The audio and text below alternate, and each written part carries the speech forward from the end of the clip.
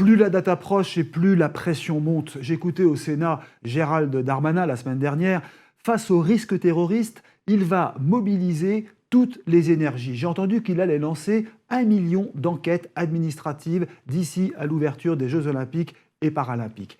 Des enquêtes de terrain vont être lancées pour vérifier le profil des entraîneurs, des bénévoles, des riverains et même des athlètes. On n'a jamais vu cela.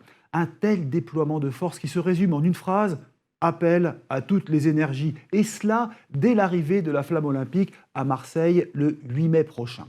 Marseille, ville à haut risque, où tout sera sous haute surveillance. Et il faudra être parano, dit-on place Beauvau. Tout est à envisager. Vu le risque, on va diviser par 2 le nombre de spectateurs acceptés à la cérémonie d'ouverture à Paris.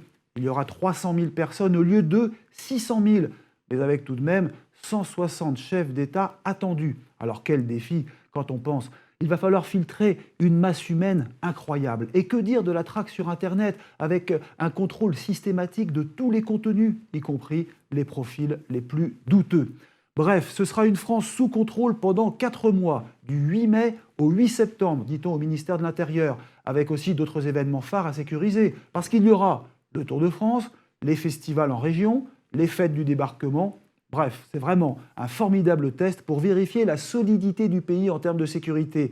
Et vraiment, si tout fonctionne, 2024 restera l'année de référence avec un baptême historique pour un continuum de sécurité qui va enfin pouvoir faire ses preuves.